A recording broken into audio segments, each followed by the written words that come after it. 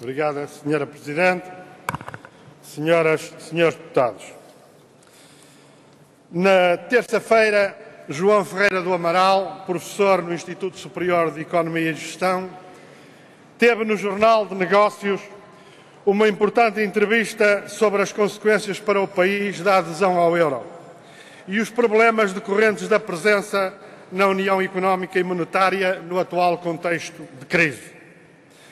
Não são propriamente uma novidade para quem, quase sempre isolado na sua área ideológica e partidária, ao longo dos anos, travou um combate persistente contra os erros de adesão à moeda única e de uma política monetária que transformaram, no seu dizer, Portugal numa grande junta de freguesia. E ainda não havia a perspectiva de a Comissão e a Sra. Merkel exigirem o visto prévio do Orçamento de Estado antes da sua entrega a esta Assembleia da República. É uma entrevista lúcida e corajosa num país onde o pensamento económico dominante de matriz neoliberal ocupa a 100% o espaço do artigo e do comentário na comunicação social, generalista e especializada, além de ter conduzido as práticas políticas de sucessivos governos do PS e PSD. O PCP, que ao longo dos anos foi sublinhando a coerência e a justeza das suas intervenções sobre a matéria, o único grande partido nacional que se opôs de forma substantiva e fundamentada à integração de Portugal na União Económica e Monetária, não pode deixar de a saudar. Não podemos deixar de apelar a uma leitura atenta e não preconceituosa do seu conteúdo, neste momento de grandes e graves dificuldades para milhões de portugueses. Gravidade engrossada pelas últimas medidas do Governo, com a preciosa colaboração do PSD, de forte penalização do poder de compra, com cortes salariais, restrições nos apoios sociais e agravamento da punção do IVA, inclusive sobre bens essenciais.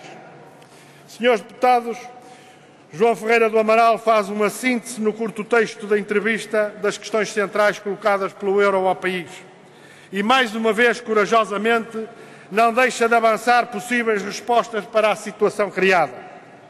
Muitas das suas teses não poderão deixar de lembrar a argumentação desenvolvida pelo PCP antes e depois da integração monetária, fundamentando a sua posição. Numa breve exposição, destaco: a adesão ao euro, feita como forma de impulsionar a integração política, é um erro tremendo em que a economia foi usada como cobaia. A brutal contradição entre um euro forte e a fragilidade da estrutura produtiva portuguesa, tendo-se traduzido a adesão do país na principal razão da perda da sua competitividade. De como uma taxa de câmbio desajustada para a economia e a redução das taxas de juro travaram a aposta no setor de bens transacionáveis e fez crescer uma dívida externa insustentável. Entre 99 e 2009, como sabem, o endividamento externo líquido do país passou em percentagem do PIB de 31,5% para 111,6%. A comparação das promessas feitas com os resultados. Prometeram mais crescimento e mais emprego, não aconteceu. Prometeram estabilidade monetária e nem isso. Não haveriam problemas de financiamento ao país e eles aí estão, e de que forma? E em jeito de balanço afirma: olhando para os factos, os resultados são desoladores. A nossa economia, e cito, tem sido destruída de forma fortíssima devido à participação na zona euro. Depois, João Ferreira do Amaral aborda as questões da zona euro face à crise, explicando porque é que a baixa de salários, política que o Governo tem em curso com o apoio do PSD, não é solução para a competitividade das exportações portuguesas. De como a crise apanhou a zona euro descalça, sem instrumentos para lhe responder. E porque é que uma política orçamental restritiva pode conduzir a novas recessões, sacrificando o crescimento e o emprego. Destacamos as suas palavras: o que é grave é o desemprego e a estagnação e não a inflação. E questionado sobre as saídas, é muito claro: ou se permite a nível dos órgãos da União Europeia que o país tome medidas de proteção excepcional, nomeadamente subsídios à exportação ou condicionamentos às importações, ou se alteram as instituições por forma a criar um mecanismo de apoio a um país que precise sair temporariamente do euro.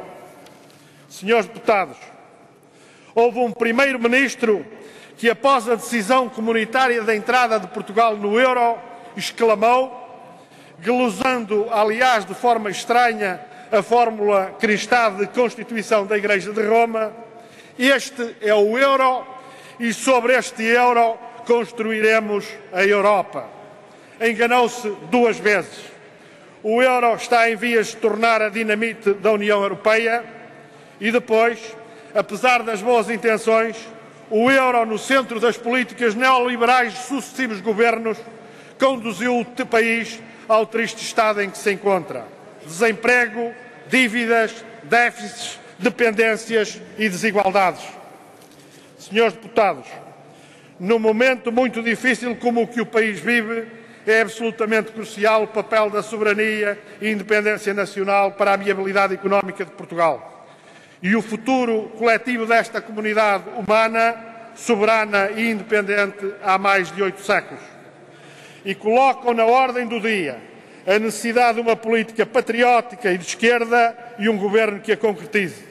Um governo de ruptura e mudança que responda aos problemas do país, que respeite e cumpra a Constituição da República. Disse.